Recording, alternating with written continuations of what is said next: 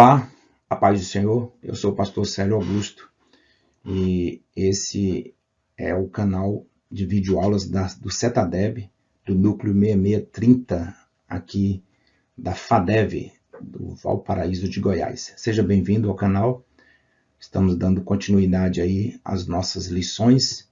Se você não é inscrito, inscreva-se no nosso canal e deixe o seu curtir e também compartilhe para que chegue a mais pessoas, se você assim quiser. Deus abençoe a todos. Vamos aí para a nossa aula. Hoje estamos aí na aula de número 4 do módulo Administração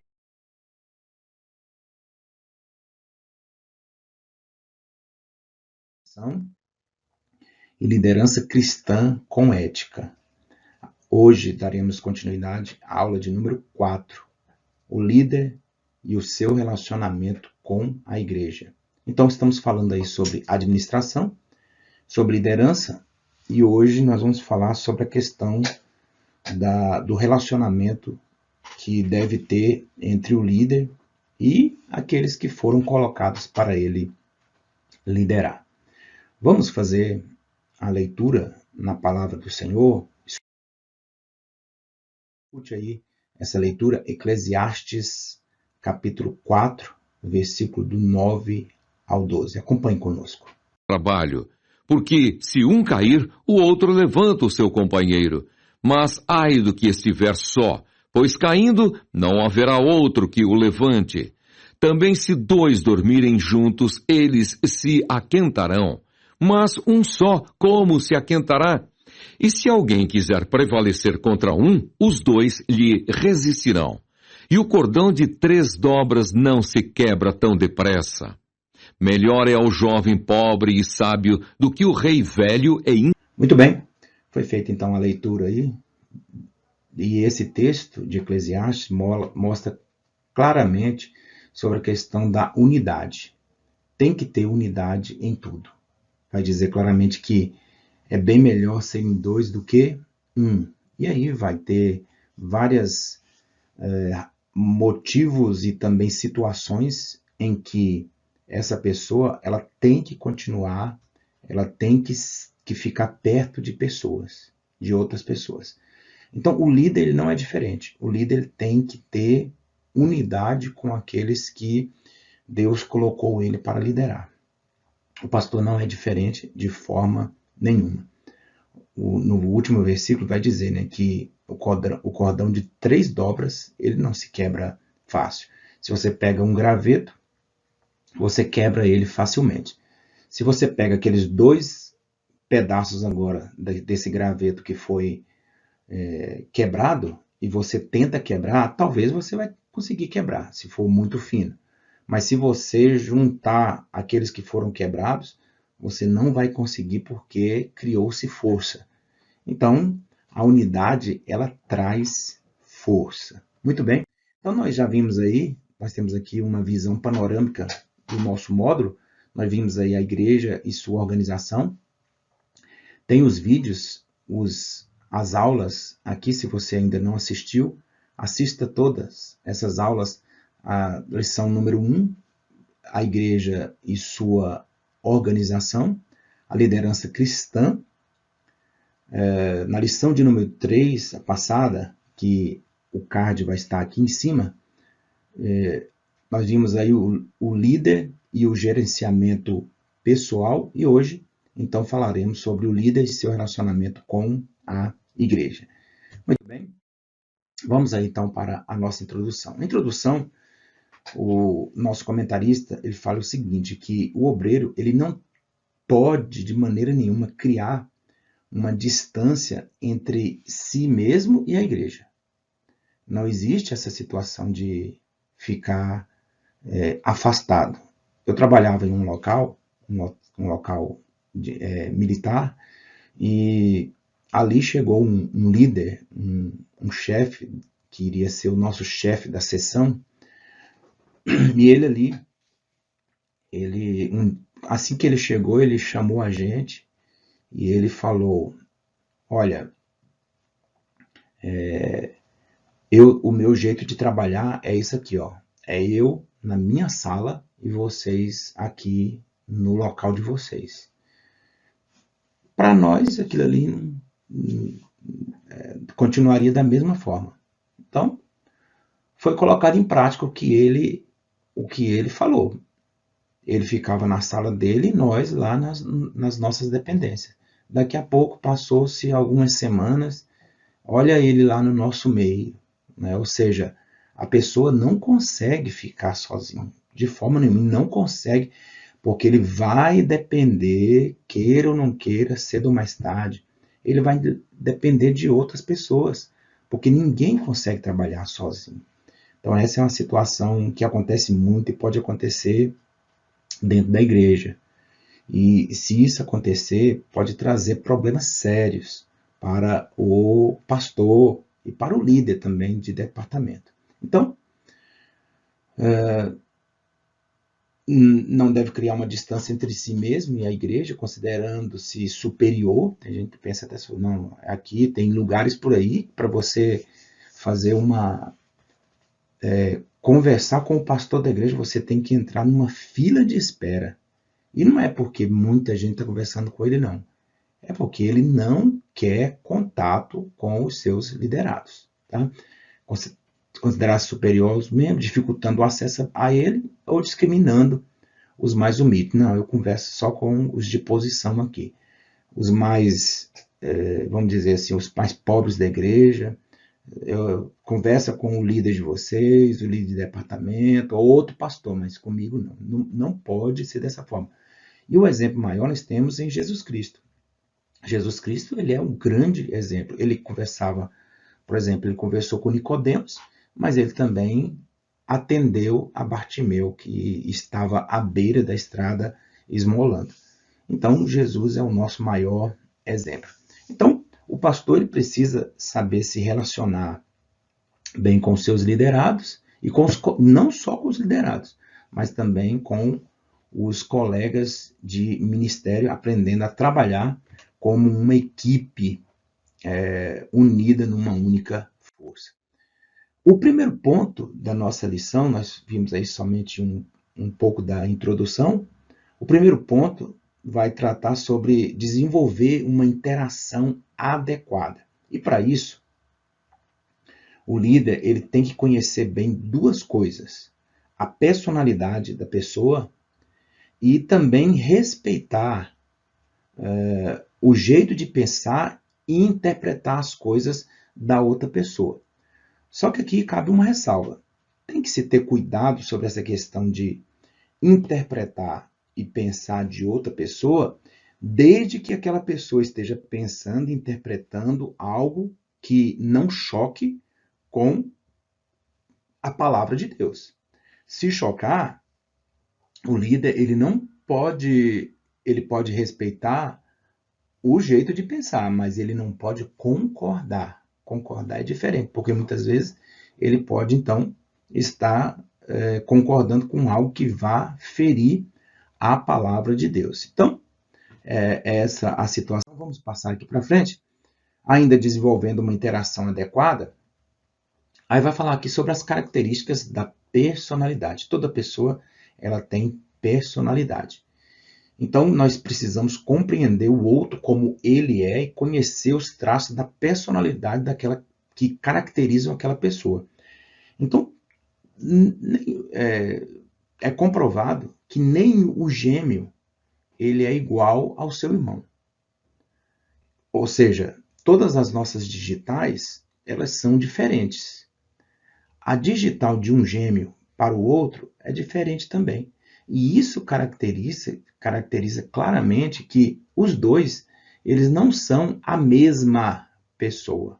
Eles podem parecer na feição, eles podem parecer muitas vezes até mesmo em algumas características internas em si, sentir o que o outro está pensando em si, mas eles não são a mesma pessoa. Cada indivíduo ele é único. E isso só o nosso Deus pode e poderia ter feito. Poderia ter feito e pode fazer. Né? Só ele pode fazer isso aí. Então, Existem características explícitas que podem ser observadas facilmente na pessoa. Outras não tem como conhecer. Você tem que ter uma interação com aquela pessoa para você poder descobrir alguma coisa dela. Então, o Wikipédia ele diz assim que personalidade é tudo aquilo que distingue um indivíduo de outros indivíduos, ou seja, o conjunto de características psicológicas que determinam a sua individualidade pessoal e social. Foi aquilo que nós já falamos. O pastor, o líder, ele tem que saber que algumas pessoas são diferentes nessas posições. Algumas posições podem ser a autoestima. Tem pessoas que nada abala essa pessoa, porque ela tem uma autoestima elevada. Outra pessoa, ela pode ter uma inteligência maior do que outros. E isso aqui não é um desprezo de forma nenhuma. Há pessoas aí que têm um QI elevado. E isso nós chamamos de uma inteligência elevada. Também há pessoas que prezam muito pelos valores, amam muito, né, esse lado. Outras já são mais, não importam muito com isso, né? E também temos o temperamento. Temperamento. E vamos ver aqui que os temperamentos, eles são diferentes um do outro. Né? Então, nós temos aí, a ciência em si diz que nós temos 4 tipos de temperamento, né? Que é o sanguíneo, o colérico, fleumático, né? E o melancólico. Uma coisa interessante é que esses temperamentos, eles não podem ser mudados. O que quer dizer isso? Uma pessoa que é sanguíneo, ele vai ser sanguíneo até o resto da vida. Só que tem uma coisa, o temperamento ele pode ser controlado, ele pode ser transformado. Então, uma pessoa ela vai continuar sanguíneo, mas ele não vai colocar a explosão dele para fora se ele controlar esse temperamento que ele tem. E o pastor, o líder, ele tem que saber essas coisas e saber distinguir esses tipos, né, esses pontos, né, que nós podemos observar nessas pessoas. Também o pastor ou líder ele deve criar um sistema de lente de percepção social. O que é isso? Saber também perceber, né, o local que aquela pessoa vive, a cultura que ela traz. Né? E eu tenho que saber enxergar e interpretar isso. Né? No nosso meio, o meio evangélico, nós recebemos todos os tipos de pessoas. E muitas dessas pessoas elas podem trazer algumas culturas. E aí, mais uma vez, se essa cultura ela vai chocar com a palavra de Deus, o pastor ele tem que pedir orientação a Deus para que, de alguma forma, ele saiba controlar essa situação. Então, e não é ninguém está dizendo aqui que isso seja fácil de se fazer, de maneira nenhuma, mas através do Espírito Santo ele vai conseguir trabalhar com isso aí. Então, nós temos que olhar essa percepção aqui, essa lente de percepção social, é justamente enxergar o ambiente que aquela pessoa, ela nasceu, ela cresceu e veio para dentro da igreja. Então, ela traz aqui valores culturais, valores morais, valores espirituais, as atitudes dessas pessoas, pode ser atitudes que ela adquiriu com o tempo e pode ser trabalhado também as necessidades, os estereótipos e as tendências cognitivas. Ponto 2 aqui, o pastor, o líder, ele deve criar um vínculo social com o seu liderado. Preste atenção, não é criar um vínculo íntimo, porque isso aí pode ser levado para um outro lado. Intimidade que eu estou dizendo assim, uma intimidade prejudicial, que vai prejudicar a família dessa pessoa, a vida dela em si. Então, esse vínculo social é justamente você saber a necessidade daquela pessoa, né? Já detectar com o tempo o que aquela pessoa está sentindo, porque um esposo e uma esposa, com o passar do tempo, eles vão criar este vínculo e muitas vezes, através de um olhar, através de um gesto, não precisa nem abrir a boca, eles já se conhecem e já estão ali sabendo o que o outro está querendo dizer. E isso é justamente essa criação desse vínculo. Então diz aqui, o obreiro que deseja um sucesso na sua relação com os outros precisa aprender a estabelecer um vínculo com as outras pessoas, né? Bergami, ele fala dessa forma: a formação do vínculo social ocorre a partir do momento em que as pessoas se empenham a alcançar uma interação produtiva. O líder precisa ter sabedoria para saber se relacionar com as pessoas, tendo cuidado para não se envolver emocionalmente com elas. Tá? E principalmente o pastor, ele deve ter essa maturidade e nunca tomar partido em determinadas situações sem escutar o outro lado, mas sempre escutar os dois lados para se tomar alguma posição. Então isso é muito sério e há casos de pessoas que afastaram da igreja porque o pastor ficou do lado do esposo ou ficou do lado da esposa. E isso é muito sério mesmo, e tem acontecido de uma forma gigantesca nas igrejas, infelizmente, né? Então, também, em terceiro lugar aqui, o pastor ou líder em si, ele deve criar um programa de orientação na igreja. O que seria isso? Um programa de orientação é um serviço destinado ao atendimento de membros da igreja realizados pelo pastor ou por algum líder que ele coloca. E vai tratar de áreas que precisam ser tratadas e que essas áreas elas são sensíveis e que muitas vezes fazem que pessoas se afastem da igreja.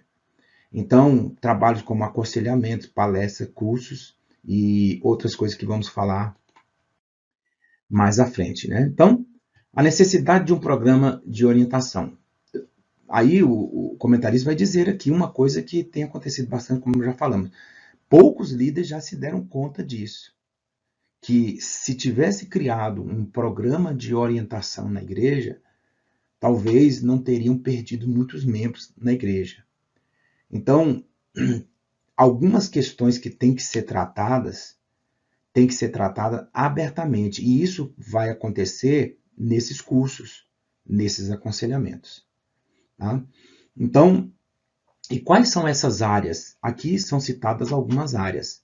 A vida sexual, tá? E isso tem que ser tratado não pode ser tratado muitas vezes num culto de doutrina, não pode ser tratado num domingo à noite, num culto de domingo, não tem como ser tratar de alguns assuntos, porque ali vão ter visitantes, vão ter crianças e por aí vai.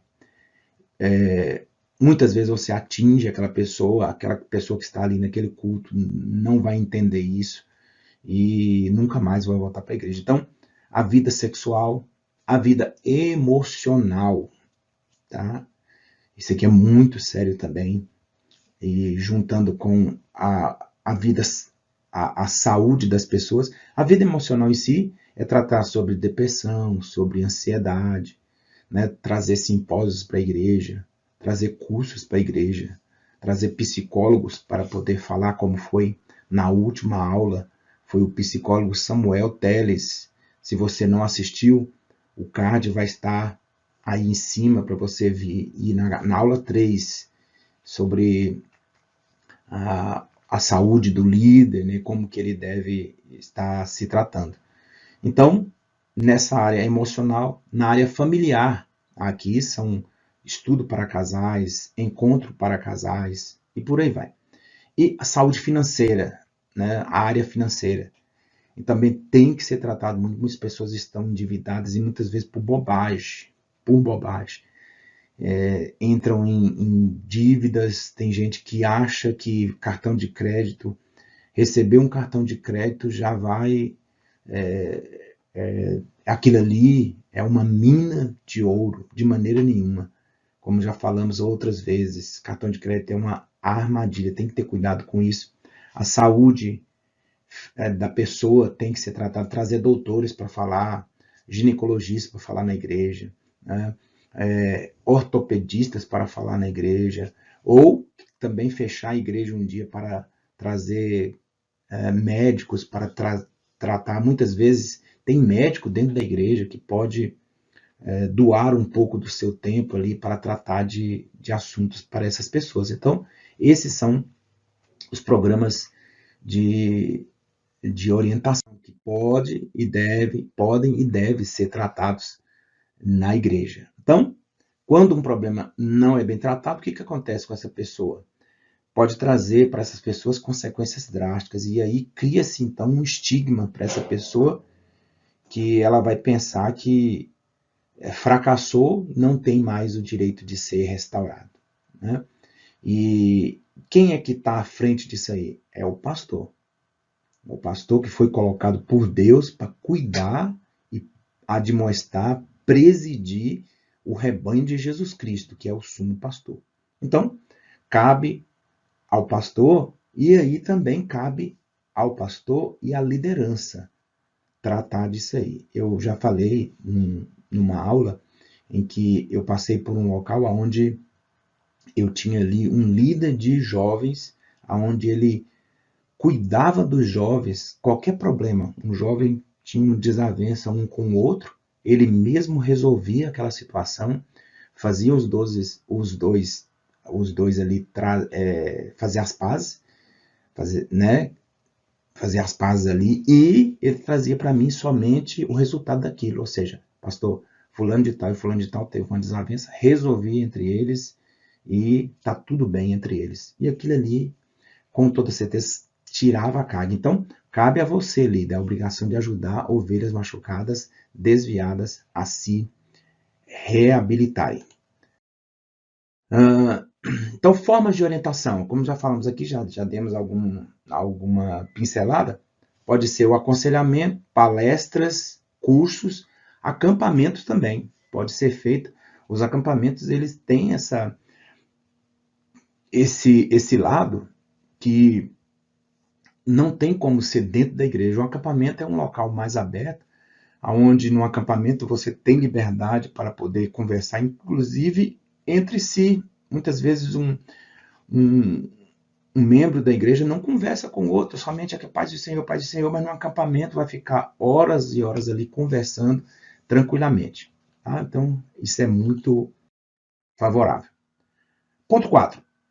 O cuidado com a ovelha ferida. Isso aqui é um caso sério.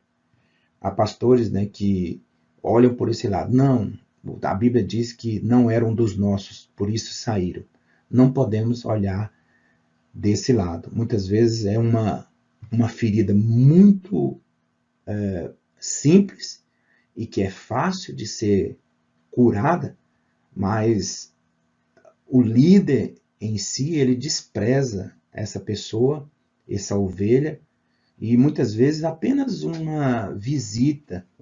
E aí eu digo, muitos líderes de departamento podem tomar essa frente e ir visitar ao obreiro em si. Eu cuidava de uma igreja, eu congregava em uma igreja e eu enfrentei uma dificuldade muito grande de problema financeiro. Eu não estava conseguindo pagar o aluguel. Eu fui conversar com o meu pastor. E ali ele falou o seguinte, ele falou assim, olha, eu vou ajudar vocês 4 meses e eu eu vou fazer o seguinte, eu vou ajudar vocês, mas eu queria que vocês me ajudassem. Eu não estou tendo tempo para visitar umas pessoas, e eu queria que você e sua esposa fizesse algumas visitas para mim. E ele me deu o nome daquelas pessoas e ah, o nome e o endereço daquelas pessoas. E nós fomos fazer essas visitas. E uma daquelas visitas marcou muito a nossa vida. O irmão que nós fomos visitar, ele estava passando por uma dificuldade grande emocional. Um irmão dele foi pescar e uma ribanceira caiu em cima dele e ele foi soterrado e ele morreu. E ele estava passando por esse trauma. E ali Deus usou a minha esposa para falar com ele em profecia, em mistério. E foi uma visita muito edificante, inclusive para nós. E quando foi na outra semana, aquele irmão que quase não estava vindo para a igreja, ele veio para a igreja. E ele pegou a oportunidade, ele pediu a oportunidade, e ele falou assim, olha irmãos, eu estava numa situação tão difícil essa semana, e eu não sabia mais o que fazer, mas Deus enviou 2 anjos lá na minha casa. E até a gente fica falando assim, né? Ainda bem que ele não falou o nosso nome, né? Porque a trombeta não deve ser tocada. Mas ele disse assim, 2 anjos Deus enviou. E aquilo mostrou para a gente, inclusive, né? O quão maravilhoso é apenas uma visita. E muitas vezes não precisa ser nem do pastor da igreja, pode ser um obreiro, uma obreira da igreja. Ele pode ser usado para ajudar o pastor. Então, aqui diz, o obreiro recebeu a missão de presidir, admoestar o rebanho de Jesus, o sumo pastor, e ajudar as ovelhas machucadas, desviadas, ou até mesmo as rebeldes a se reabilitarem. Até as rebeldes. Judas, Jesus cuidou dele até o final, até quando o diabo entrou nele e ele resolveu então trair a Jesus Cristo. Né? O gabinete pastoral ele é uma clínica da alma, né, que trata dos problemas emocionais, espirituais, oriundos de um padrão pecaminoso que a pessoa traz em si. Tá? Então, o pastor em si, ou o líder, ele deve trabalhar com 3 situações aqui, que é trazer essa pessoa a uma consciência, muitas vezes, do erro que ela cometeu, mas isso dentro da palavra de Deus.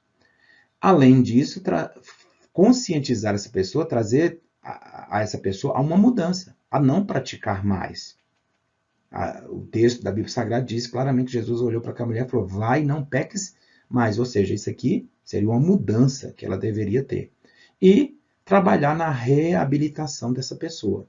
Tá? Dar um incentivo, abraçar novamente e fazer de tudo com que essa pessoa não pratique mais o pecado. 5. Ponto 5. Encontrando o equilíbrio entre os conflitos pessoais e os problemas do rebanho. Aqui é um ponto principal que nós podemos dizer que para eu ajudar, eu tenho que estar bem. E aqui agora eu vou falar como pastor, e eu falo sempre, né? Uma vez eu não fui nem bem entendido quando eu disse isso, que eu falei que a solidão de um pastor, ela é diferente do que a solidão de uma ovelha.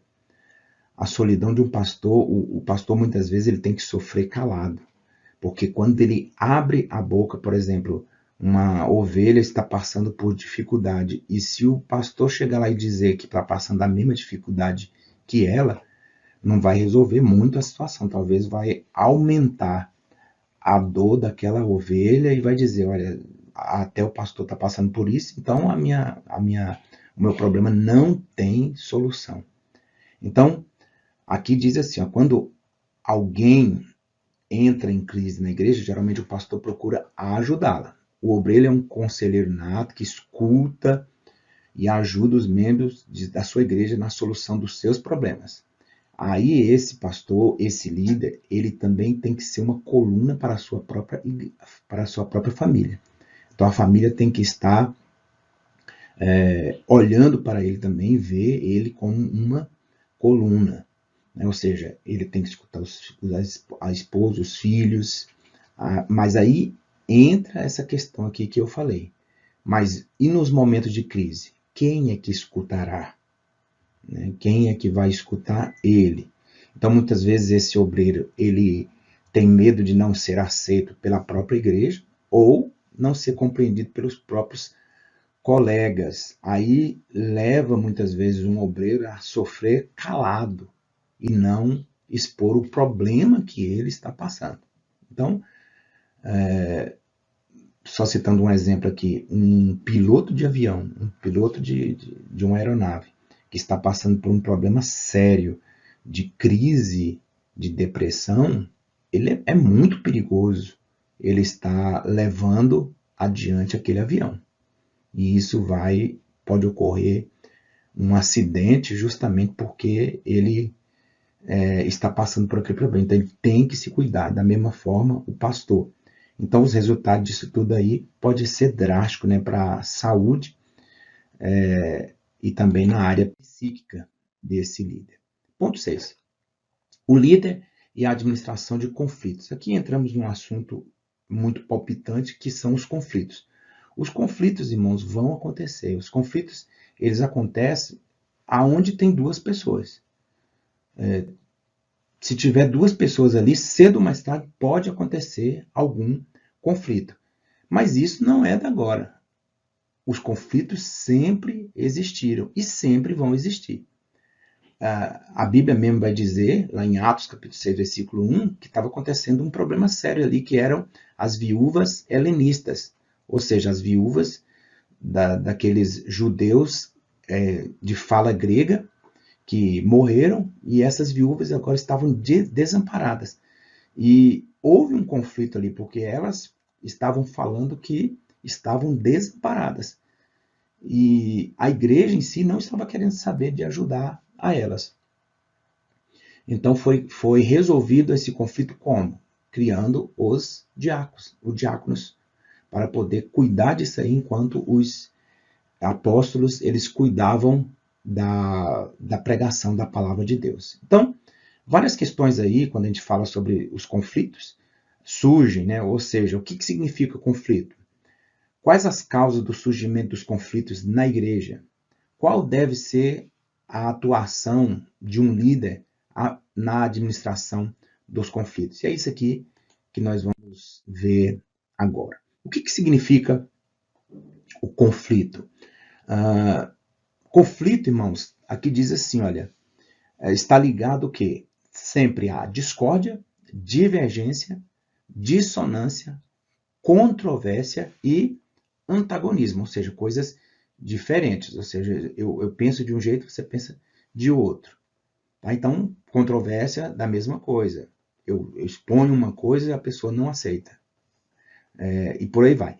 Então, uma definição de conflito é a oposição que surge quando existe um desacordo dentro ou entre indivíduos, equipes, departamentos ou organizações.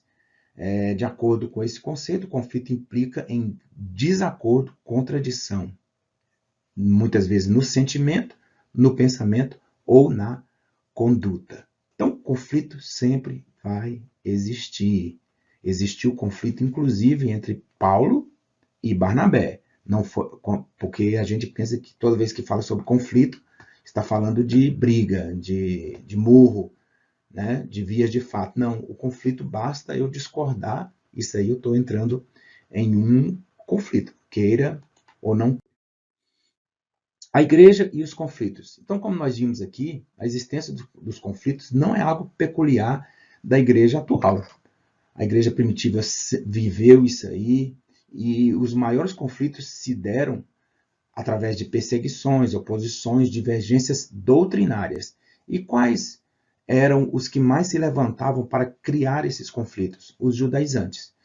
Quando os gentios estavam aceitando a Jesus como Salvador, eles foram os que mais se opuseram, porque eles queriam criar ali divergências, né? Eles divergiram na questão da lei mosaica, querendo que os gentios guardassem a lei. E esse conflito foi resolvido como? Ali no concílio em Jerusalém, onde escreveram-se cartas para que os gentios eles se abstivessem de algumas coisas, mas a lei em si, eles não deveriam guardar, não precisariam guardar. Então, o conflito ele vem, mas o grande problema é como que nós resolvemos este conflito. E temos exemplos também de conflitos familiares. O caso de Caim e Abel, ali foi um ciúme, né? Então o que gerou aquele conflito foi um ciúme. O caso de Jacó e Esaú, ali, né, foi a questão da cobiça mesmo em si. Jacó queria a posição sempre do seu irmão e causou um conflito que quase veio a vias de fato.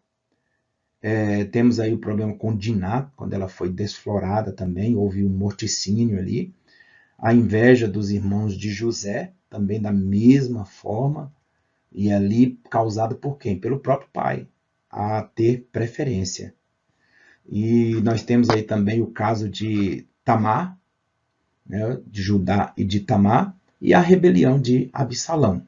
E aí, como nós vimos em aulas passadas, criada pelo próprio Davi também, que era um homem segundo o coração de Deus, mas ele não soube criar os seus filhos. Ele foi um bom rei, mas ele não foi um bom pai, né? Ele não criou com exemplo, né? E com admoestação, com rigidez. Não teve uma educação 100% com os seus filhos e criou-se, então, os conflitos. E aí nós temos os tipos de conflito. Quais são esses tipos, irmãos? O primeiro é o conflito intra-individual. O que é esse conflito? É o conflito de uma pessoa só com diversas situações. É intra-individual. Intra-individual. Essa pessoa, ela entra em conflito com todos. Tá? Muitas vezes por sentimentos, opiniões, desejos, motivações divergentes e antagônicas. Então é aquela pessoa, tem gente que é de jeito assim, ele discorda de tudo. Ele cria esse conflito mesmo em todas as posições. Em todas as posições. Então, primeiro, essa pessoa aí, né, que cria, é um conflito interindividual. O segundo é o conflito interpessoal. Aí sim, agora é o conflito de uma contra outra pessoa ou uma contra diversas pessoas em si, duas pessoas contra duas pessoas e por aí vai. Tá? Então isso aí é o conflito interpessoal. E temos o terceiro tipo de conflito, que é o conflito intergrupal. O que é isso? São grupos que entram em conflito. E muitas vezes, irmãos, o pastor pode estar, ou o líder pode estar envolvido em um desses grupos aqui, como eu disse alguns minutos atrás. O pastor não pode cair na pilha deste grupo. Então tem que ter muito cuidado com isso para não poder estar se envolvendo e tomando partido muitas vezes. Isso pode causar tragédias. Né? E, por fim, como que nós podemos gerir esses conflitos? Nós estamos caminhando para o final aqui. O obreiro ele precisa desenvolver algumas habilidades específicas que lhe ajudarão a solucionar os conflitos com objetividade. Aí é tratado aqui de alguns pontos que podem ajudar. Primeiro, o obreiro ele tem que ter capacidade para analisar a situação. Se ele não souber analisar, ele vai entrar numa enrascada muito grande mesmo, tá? Porque é nesse ponto que ele vai, ao invés de ajudar, ele vai piorar a situação. Então ele tem que saber analisar a situação. É aquilo. Muitas igrejas são famílias contra famílias. E o obreiro não pode ficar de nenhum dos lados. Ele tem que ficar no meio. Ou seja, é o segundo ponto. Ele tem que ser um bom mediador. Ele tem que saber mediar a situação. Não deixar todo mundo falar ao mesmo tempo, que isso cria uma animosidade entre as pessoas e vai acabar surgindo, tendo aí graves consequências, né? Também o obreiro, em terceiro lugar, ele tem que saber prever o problema. Ele tem que conseguir enxergar lá na frente. Ele tem que conseguir enxergar com antecedência o que pode ou não acontecer. Às vezes, em uma fala, você já detecta o problema, o ponto principal ali naquela situação, daquele conflito, tá? Saber o momento certo para agir. Tá? Vai escutar, vai ter paciência, mas em um momento ele vai ter que agir. Muitas vezes pode agir com rigidez ou pode agir também com mansidão. Tá? Então, ele pode ser enérgico em certo momento, mas não pode ser estúpido, não pode ser ditatorial e por aí vai. Evitar preconceitos. Né? Evitar colocar pechas. Não, você está gordo demais. Isso aí, né, porque você está comendo demais. Por aí vai. Então, eu lembro, como se fosse hoje, né, um amigo meu, ele era presbítero na época, ele dizendo que o pastor chamou ele para resolver uma situação e chamou mais um presbítero também para resolver uma situação de uma irmã que não estava vindo mais para a igreja. E eles foram ali para a casa daquela irmã e ele ouviu aquela irmã, ouviu, e aí ele começou a falar, começou a dar conselhos e aquela irmã aceitou, acatou tudo que aquele pastor falou.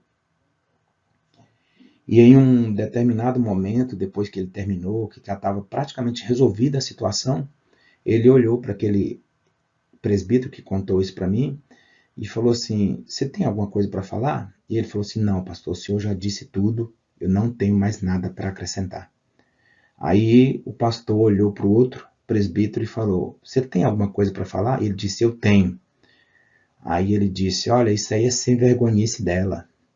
Isso aí é falta dela levantar, tomar vergonha na cara e levantar e ir para a igreja e tal. E aquela irmã que já tinha resolvido aquela situação, ela quase subiu no sofá e quase voou na garganta daquele irmão.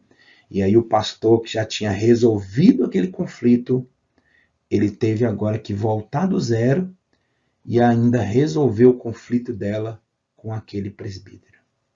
Então, temos que ter cuidado com isso, muito cuidado para evitar preconceitos, pechas, palavras, né, que vão magoar ao invés de resolver a situação, porque você está colocando ali uma palavra mal falada, vai piorar a situação. E, em último lugar, manter a calma. Manter sempre a calma. Ter calma. E não é fácil. Mas você tem que manter a calma. Aprender de Jesus Cristo, que é manso e humilde de coração. Manter a calma. É muito interessante, né? Um fato que foi falado por um professor do CETADEB, de um pastor que estava numa igreja, e ali tinha um piano. Né? Tinha um piano ali, por isso aqui a imagem do piano. E esse pastor, ele resolveu tirar o piano do lugar e chegar ele para perto da parede. E quando ele ia fazer isso aí, uma família da igreja chegou e falou assim: o que o senhor está fazendo? Não, vou chegar aquele piano ali para o canto que fica melhor.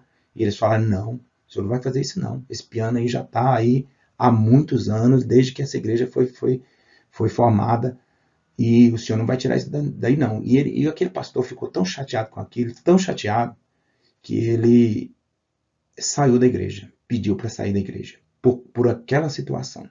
E foi um outro pastor para o local dele.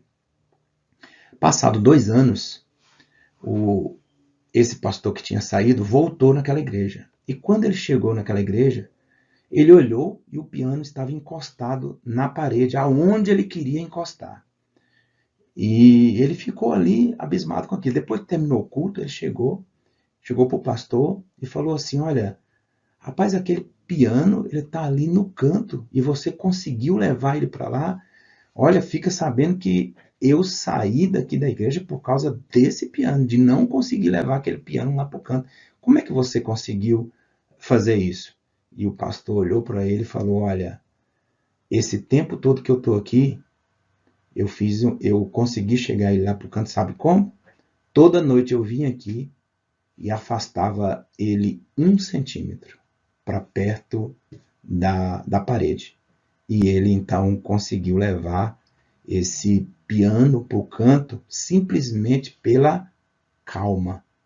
Muitas vezes nós estragamos tudo porque queremos levar para frente as coisas como no supetão. Mas nós temos que ter calma, muita calma, para poder resolver essas situações. E aí, nós encerramos por aqui com o último slide aqui, dizendo sobre a ação pastoral. Os conflitos são inevitáveis e representam um problema muito sério para qualquer igreja quando não são tratados devidamente. Esses problemas não podem ser ignorados, mas devem ser geridos, ou seja, tratados, solucionados. O conflito dentro de uma igreja ou dentro de um departamento, para o líder em si, ele cria um ambiente improdutivo. Tá? E quando existe uma alta incidência de conflitos num determinado ambiente, a produtividade individual cai em função de uma incerteza que foi gerada por causa disso. Né? Na medida em que persistir esse conflito, a confusão, a ambiguidade, estes não permitirão que as pessoas produzam no seu melhor nível. Então, que Deus ele abençoe a sua vida e que nós todos, irmãos, sejam pastores, sejam líderes de departamento, sejam líderes de louvor, né, líderes de evangelismo, em todas as áreas, nós possamos ser guiados pela instrução do Espírito Santo. E que Deus abençoe a sua vida e nos vemos na próxima aula, se Deus permitir, se vivermos até lá. A paz do Senhor.